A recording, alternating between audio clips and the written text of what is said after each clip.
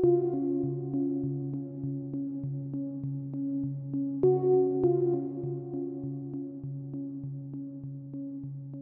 nearly all of our projects, lighting has played a key role in the final look and feel of the films. It's a powerful storytelling tool that brings our finished productions to a higher level. Thanks to the lighting and material features in After Effects, we can manipulate the mood of an entire scene during the compositing process and not be restricted with the artwork that you're given or what we're working with. And oftentimes, when I'm working with the assets that I create, they look pretty bad before they're lit. And I'm going to go into all of these scenes you've seen here and break them down just a little bit to show you how they were lit and put together. Okay, so to start, I think what I'll do is just overview two main scenes from the pipelines animation. And this way I can show you really briefly how the lights were set up and how they affected the overall scene. And then at the end here, I'll get into something a lot more in depth within the bathroom scene. I'll show you how all the different lights were set up more specifically in the scene itself and go into more detail.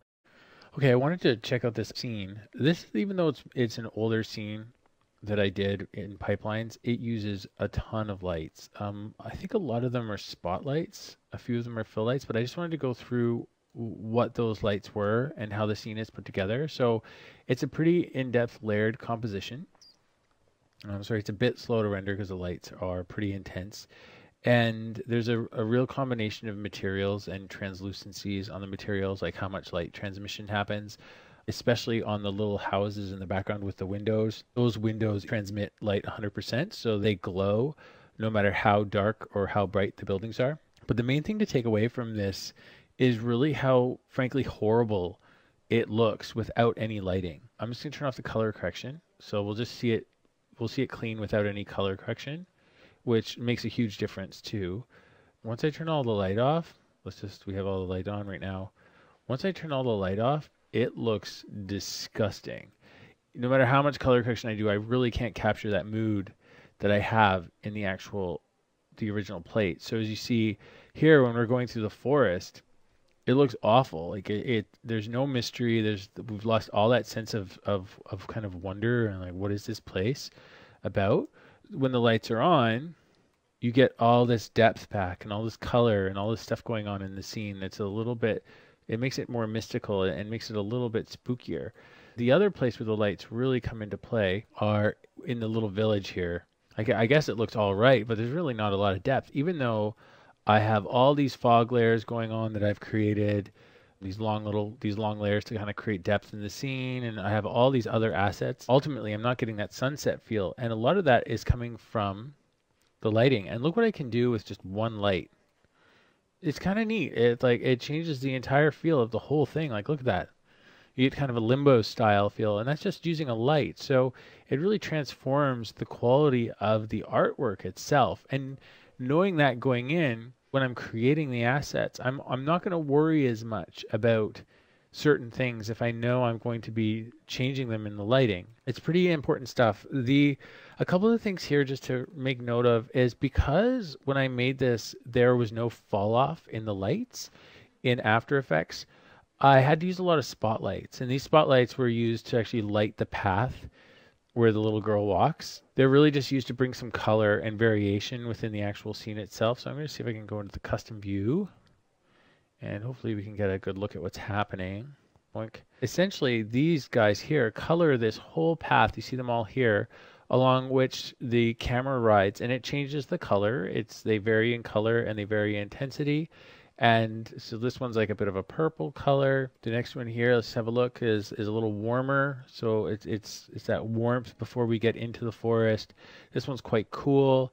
And these were all choices that were made while working with the assets and working with the art, just trying to get it to feel like what I wanted. So again, the light is really powerful. It's important to remove some of the color correction where I really pushed a lot of the qualities of the lighting. But it still looks sort of terrible without the color correction, but really without the lighting, there's nothing there. It's awful. I really do like how far we can take things with just a little bit of light. That's the water spotlight. These are various tree spotlights, which we could use. And if we didn't turn on the path light at all, we get an entirely different feel of the time of day for this, which is pretty exciting. And actually, the setting sun in the background, on the background of the sky here, was all done with a light. That light is actually hitting the very far background, creating that sort of setting sun feel. That scene was really dramatically affected by the lighting properties. All right, so this scene here is another one that is really put together because of the lighting, even though there's not a lot of lights in the scene itself. Like, I've turned off the color correction, which really helps bring things to the next level, as you'll see in just a second here. There we go. This scene is pretty basic, but there's a few things that are going on that were pretty intense, and a lot of that happened with the screens down here. If we take a look at their material, their light transmission is set to 100%. So the light passes through these screens and then casts that light on the wall. So that actually creates a glow. So if I were to turn the light transmission off on all these screens, let's just turn it off. We're going to lose a lot of the really cool things that are happening on the wall of the actual room here. So you see how that's just flattened right out, even though those screens are still technically, well, they should be bright. We've lost that feeling of this active room that's alive. And the other cool thing is because these screens are animated, the actual light on the wall is changing color and shifting. Let's just take a quick look at the layout of this room. You can get a sense of what I was actually trying to do here. It was a bit tricky to set up initially because there were so many levels of lighting and trying to get the light to cast so specifically on the wall. The rim lighting on the character itself is actually done using adjustment layers, like nesting the character and actually using adjustment layers. That's not actually done in the lighting itself. So you see he's just a solid there, and then he's got an edge glow around him. So let's just take a look, though, as we move this scene around. So there's his nested composition of this character here. It's like showing up as a box, and you can see his arm is kind of going into the scene. Tried to create as much dimensionality as possible, so you can see that let's pull back a little bit. So let's have a look at the lights. Back here, we've got some of our front lights, our fill lights, these things in the back here, and then the screen light, which is a spotlight in the back, and that's just shining out really big and wide, coming through the whole thing. And I did that so that I could direct it a little better, so it would actually shine on the scene itself. And you can see what it's doing here. I've also built the room as a box, so I've built some corner walls here. Let's just turn off all the lights, and again, you're gonna see how hideous this is and how rough it is put together. You can get kind of an idea of how the scene's working. It's pretty basic. There's not a lot going on, but I was trying to be creative with how I was using the lighting, and you can really see how nicely it works in giving us this sense of the active monitors and displays casting light on the wall when they're not actually emitting any light at all. All of these little buttons and lights and everything that are glowing, I just made sure that they don't have any they don't receive any light, and they don't receive any shadows. So they're unaffected by light so that we can actually have them glowing. So if you want something to look like it's glowing, it's just important that the actual objects themselves are unaffected by the light. So all these little buttons, I have on and off buttons, and if a button's on, the actual accepts shadows and accepts lights is turned off.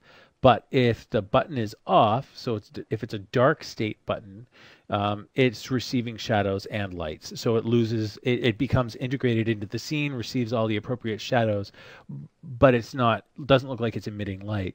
So that's another important thing. I was kind of swapping through the visibility of those two objects. I think you could also keyframe some of these. No, you can't. You can't keyframe the accept shadows and lights. So that was the reason I had to create duplicate objects that swap in transparency. Okay, so now that we've checked out two of those other scenes, I'm going to show you a little bit more in depth this bathroom scene, how it was set up, and the different things that I considered while placing the lights, and go into a little more detail on how the lights work. Sometimes it's a bit slow because there is so much going on, so you might notice the rendering time is pretty slow. Some of that is because the objects are so large, like most of the layers are over 4K. The other aspect that eats up a lot of time for the processing is all of the shadows that are happening. So we have 6 lights in this scene, and almost all of them are casting shadows except for these 2 candle lights. These candle lights are really just creating the glow area for the actual light, for the actual candle themselves. So as you can see, when I turn them off, there's just no light from the candle. So I just want to go through each light and sort of show you what's happening, and maybe I'll even take you out here to have a look at what the actual set looks like. I might drop my my render quality down to quarter, just so that it's a little bit faster. What we have here is actually a fairly realized set. Actually, maybe I'll put it to see if we can get fast draft mode. See if that'll work. It might look terrible. But I just put it into fast draft so I can really quickly see what's going on. So basically there's the sky and a few background elements, and I've built a box which contains the scene and all the character pieces in it. And if we go in here, we just have a look at how this is put together. We can see that I actually built a whole bunch of unique pieces that I then layered together. So let's go back into adaptive resolution, and you'll see a little bit better what's going on. It's pretty slow because the file's so big. This is one of the downsides of actually working in After Effects. If you're to be working in something like Maya or Cinema 4D, the 3D environments tend to render a little bit faster. You don't get the same quality of feedback in real time. Starting to get there, but not quite yet. So you can see that I've constructed a pretty basic scene. I made sure that everything was built out of squares because After Effects doesn't do curves unless you use some very specific features, and they don't always work really well. For the corners of the walls, I have long, skinny wood pieces that are at a 45-degree angle to the wall. So the wall is actually square, but then if you actually look at the corners here, let's see if we can just have a look. It'll actually render probably faster if I just turn all the lights off. There we go. So now you can see the whole scene a little bit better. I've got these little objects, these little cross pieces here that are kind of creating the corners so that we don't have square intersecting corners, and everything's pretty flat and basic, but it creates a really nice scene that we can then start doing some interesting lighting with. So let's start taking a look at what the actual lighting is. One of the main lights that I have is the moonlight, and I call it Moonlight General. And this is what I was using to create the light coming in through the window, because I really wanted to get that sense that the moon was coming in from outside. Now, in After Effects, you can either use point lights or parallel lights. I find that parallel lights don't always work really well for me. Sometimes, depending on the graphics card, I've had them crash on me, and they don't always render. Like, as you can see, I'm not getting a very quick render out of this. They're a bit spotty for me. They don't always work really well. So I tend to stick to point lights for almost everything, point and spotlights. So we're just going to keep this at point light. And then plus I can get the results are faster. As you can see, they're a lot faster. So I'm using a point light. It's fairly far away. There's no fall off on it. And its intensity is pretty high, and the shadow darkness is full at 100%. And this creates my light on through the window that's coming through the window and onto the walls. And I positioned this while in my primary view, making sure that I was actually getting the shadow that I wanted. As you can see, if I move the light around, obviously the shadow on the wall changes. So then I have 3 general lights, and I don't know why I named them general specifically. They are casting shadows. So I have this guy here, and this one's casting a shadow to the left. And this is to give the sense that this candle's sort of filling the scene. I didn't put the light at the same exact location as the candle, which would be up here. And mostly that was due to the way that it was casting shadows. I didn't quite like the way the shadows in the scene were sitting, so I moved it down a little bit. I've also got a wiggle on the position, so it's wiggling the actual light itself. As you can see, as I scrub through, it's moving all over the place. And that's to give the feeling of candlelight, so the shadows are actually dancing on the wall a little bit. And then I also have a wiggle in the intensity, and it's a pretty big wiggle, three times a second at 10, the amount of 10%. So it's wiggling quite a bit. As you can see, there's a lot of flickering going on in the scene. And so then I have another light, and this light here, this one here, General 2, is up here in the top left. And then the third one is down low. And this is kind of like a lower fill light, just so that the shadows aren't so dark. And it just gives me a little variety. I could have gone in. I've kept them all pretty much the same. Let's just have a look here.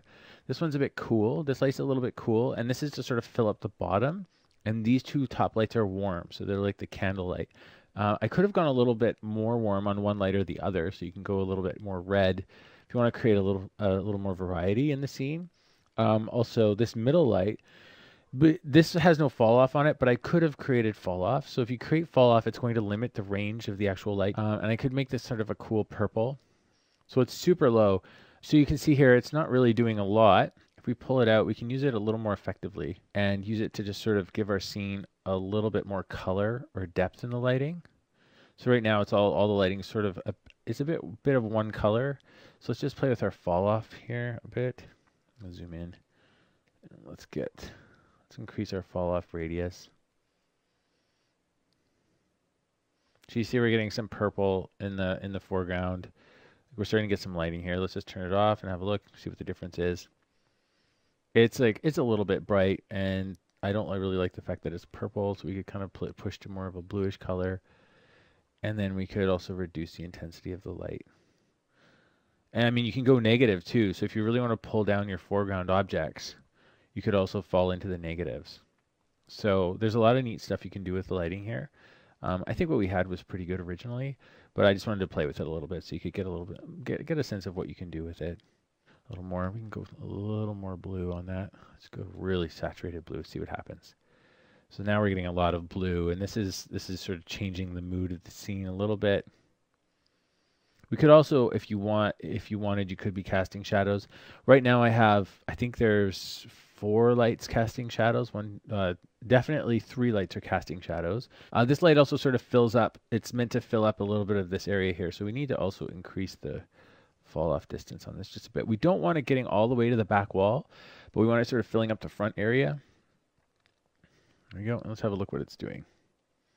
You can see it's sort of adding a bit of blue into the foreground, cooling things off a little bit. That separates the scene a little. Give its radius up. I'm going to keep it from touching the back wall. Okay, I think that's good enough.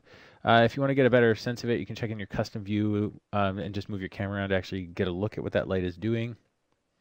So you see it's back here, and it's casting some blue light into the scene. So let's just turn it on and off. There you go.